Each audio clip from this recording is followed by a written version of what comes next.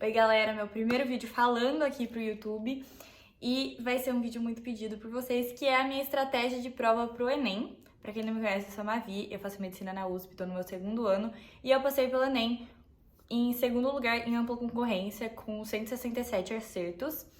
E parte disso foi a estratégia que eu tive no dia da prova, então eu vou compartilhar ela aqui com vocês para ajudar. Para começar, eu queria explicar por que eu considero ter uma estratégia de prova uma coisa muito importante.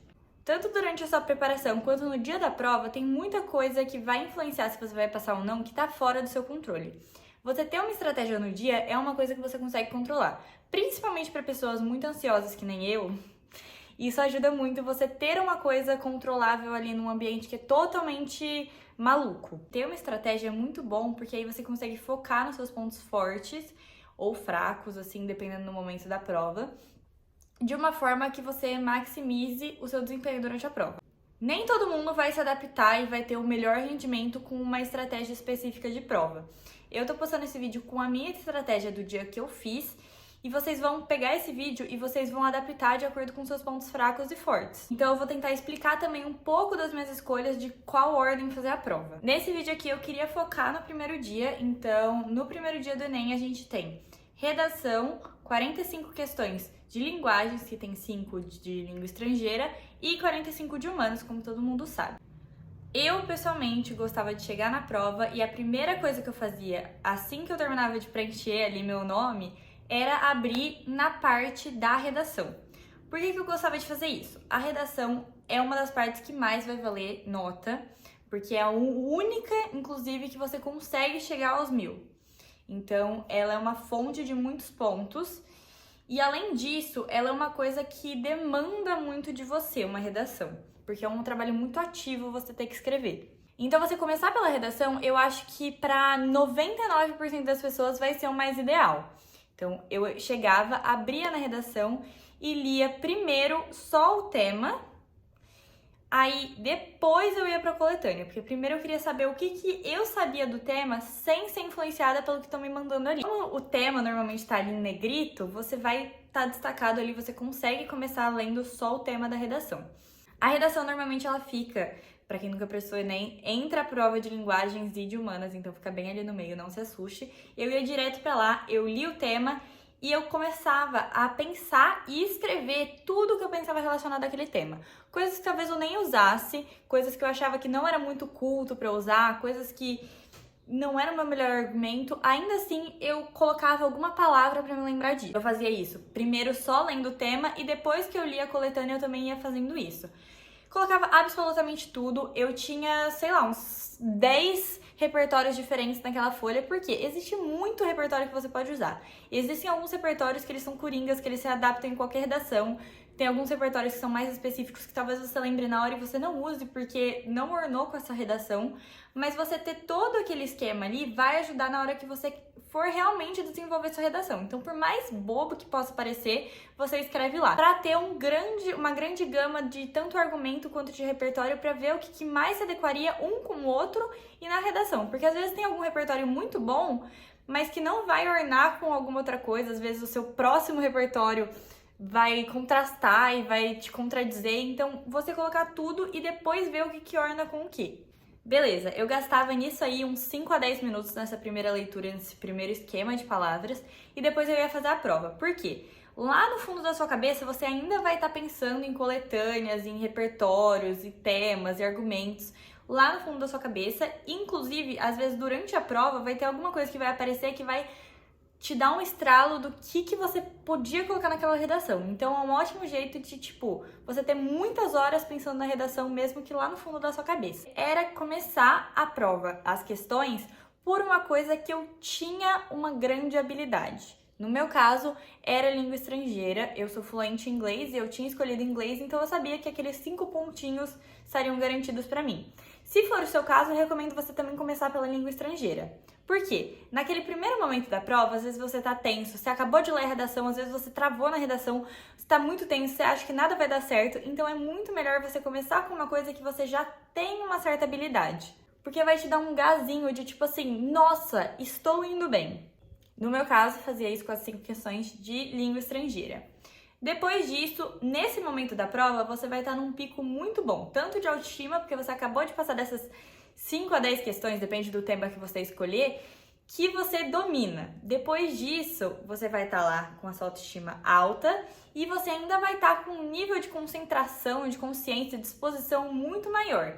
Então, eu pegava e fazia uma coisa que ia demandar muito de mim. Normalmente, essa demanda que eu quero dizer era uma coisa que tinha muito texto. Pra mim não importava se era tipo uma questão difícil ou não. Era se tinha muito texto, porque eu tinha que estar com muita atenção para interpretar aquilo. Então, eu ia para linguagens, que é uma coisa que demanda muito de você, você ter que interpretar, ler aqueles textos que às vezes são grandes. Então, eu ia para essa área. E aí depois eu ficava trocando entre linguagens e humanas, dependendo de como eu tava me sentindo no momento.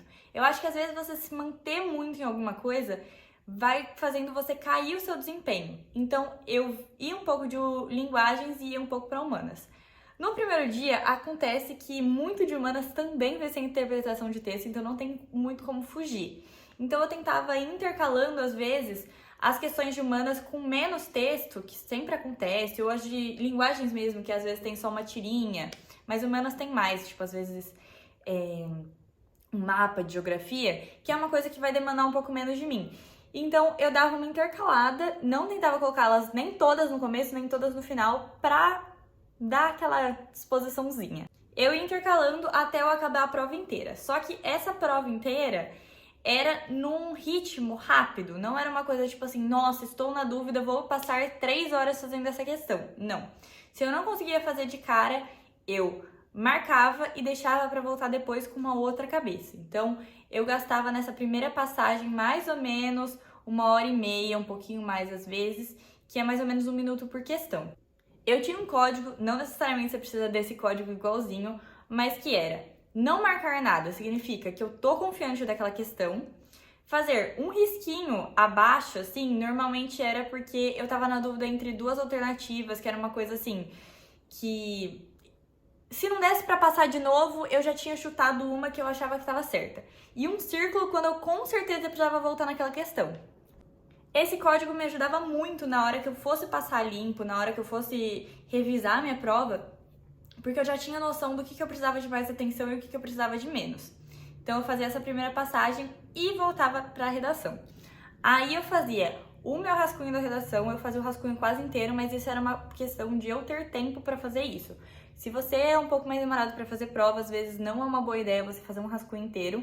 Então você pode fazer só um esquema e já ir direto para a redação. Eu fazia esse rascunho, escrevia ele inteiro e aí eu começava a dar uma revisada nas questões, porque minha mão já estava cansada nesse momento que eu escrevia a redação inteira.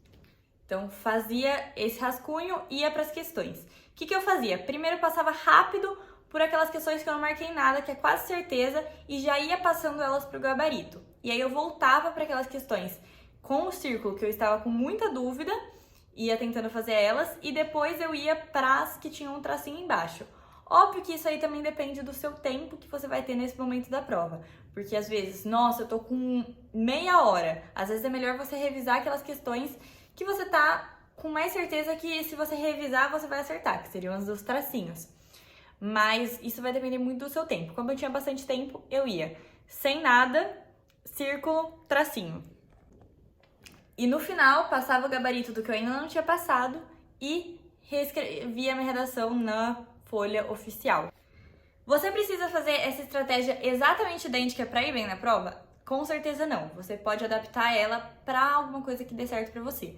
Mas você sempre tem que lembrar que momento da prova você está com o melhor rendimento e o que é melhor você fazer nesse melhor rendimento seu. Na minha opinião, é você fazer uma coisa que vai demandar muito de você. Outra coisa muito importante, se você tá vendo esse vídeo muito em cima do Enem e não vai dar pra você testar essa minha estratégia, talvez não seja o ideal pra você. Eu tô postando esse vídeo agora, no final de agosto, pra você ter tempo de testar essa minha estratégia ou outras estratégias, tentar adaptar pra você ver o que vai melhor pra você. Então você vai testando nos próximos simulados, provas antigas que você tá fazendo, até você adequar o seu esquema e sua estratégia para no dia da prova você não ter esse primeira vez usando isso. É isso, espero que vocês tenham gostado do vídeo. Vou postar a parte 2, que é do meu segundo dia, porque eu falo demais, senão o vídeo ia ficar muito comprido. Mas espero que vocês tenham gostado E se vocês gostaram, compartilha com um amiguinho, curte, comenta. E é isso.